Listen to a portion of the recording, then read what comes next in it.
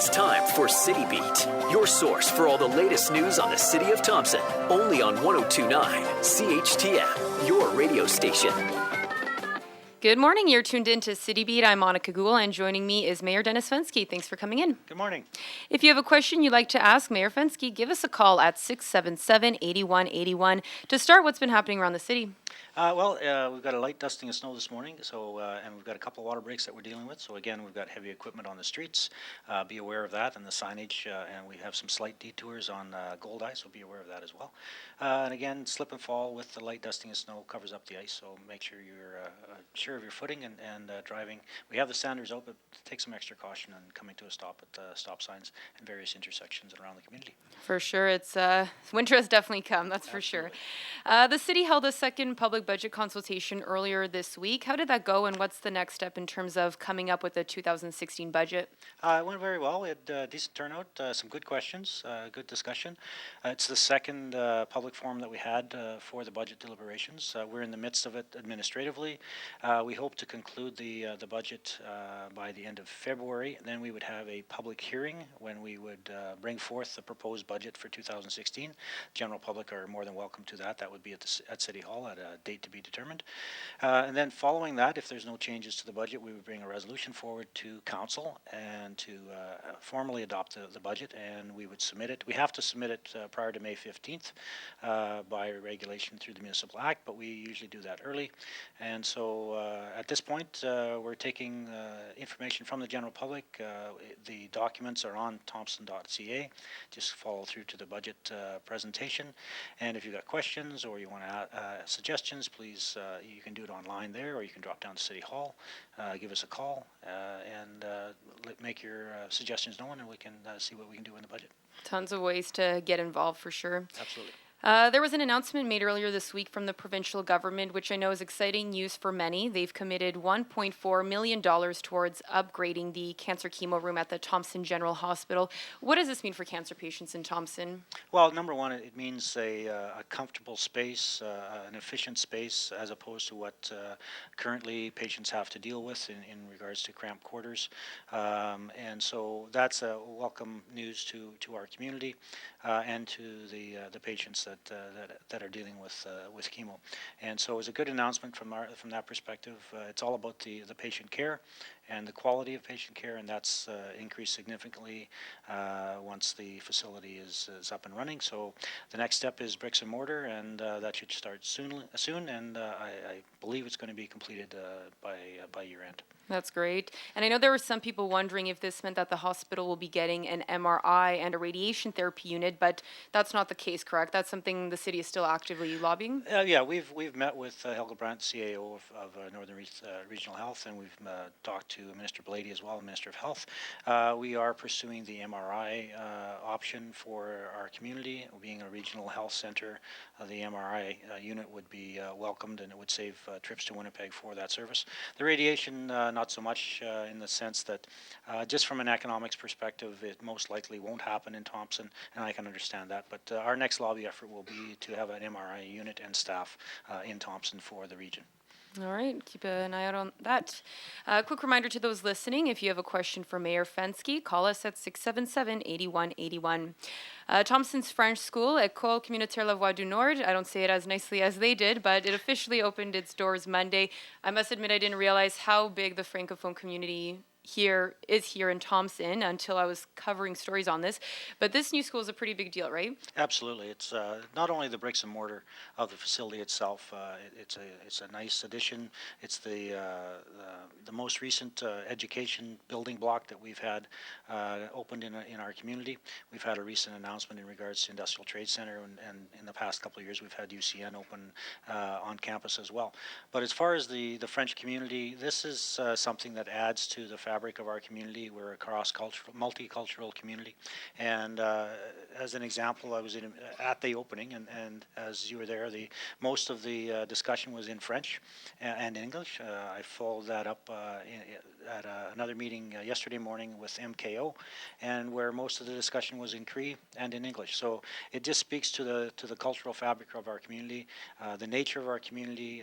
We are very, very much a multicultural community, more so than others, and it just speaks to the vastness of culture in our community. Yeah, for sure. Lots of French speaking, and you can always, everyone that didn't speak French was looking at each other a little confused, but it's great to see for sure because they're actively practicing that French. As you mentioned, the MKO Chiefs Conference was here in Thompson earlier this week. Is Thompson normally chosen as the host city, so to speak? They've moved the meetings around the region and around Manitoba. So anytime that MKO chooses our site as a location, that's appreciated. We are in the traditional grounds of NCN, Treaty 5. We have investment by NCN in our community in the Mr. Lake Motor Hotel. And so the economic impact of the Chiefs coming to Thompson is large, and it's flights, it's meals, it's hospitality and lodging as well, and rentals of halls and things like that. So it is an economic impact to our community, and it also is nice to have that level of government in our community speaking to Aboriginal issues. And I understand you attended. How did it go overall? Very well. I think the theme for the most part was the boreal forest, and speaking from as a northerner, and the approach to MKO was to enlist MKO's support in that lobby effort to ensure that the northern voice, all northern voices, are heard by various levels of government. And in the upcoming election, all three parties have, or if they haven't already, they've put forth a northern strategy towards the boreal forest. And we wanted to ensure that they heard from northerners what the expectations are and what we would like to see in development and protection of the boreal forest in Manitoba. All right.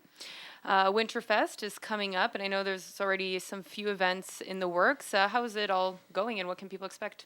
Well, Councillor Dennis Foley is the chair of Recreation and Protective Services, and with him and a number of volunteers, they're working on a program. They've moved it from the month-long celebration that it used to be to a single weekend, and so far things are falling into place. I know they're talking about a snow maze for kids and families to explore. They've also contracted with some snowmobile operators for demonstrations and tricks and things like that. So I think it'll come together very well at the end of February, and hopefully the weather will warm up a bit. I'm sure it will, and we'll have an enjoyable weekend. But hopefully it doesn't warm up too much because we want that snow maze to stay up. True. Something else the city is doing is discounted pet registration. Tell us about that. Yeah, so annual registrations of pets is on the calendar year, January 1st to December 31st. So the month of January, we're encouraging pet owners to register their pets, and part of that encouragement is a $5 discount for the month of January, and hopefully that everyone will register their pets. One, for the safety reason of when a pet goes missing, we can relocate the owners by having tags on them. So that's the important thing, to have a tag on your pet. Yeah, for sure. Now, switching gears a bit, the Port of Churchill and Hudson Bay Line is up for sale, as I'm sure you know and many people know. Does Thompson rely on this asset, and do you think a new owner will affect the city in any way?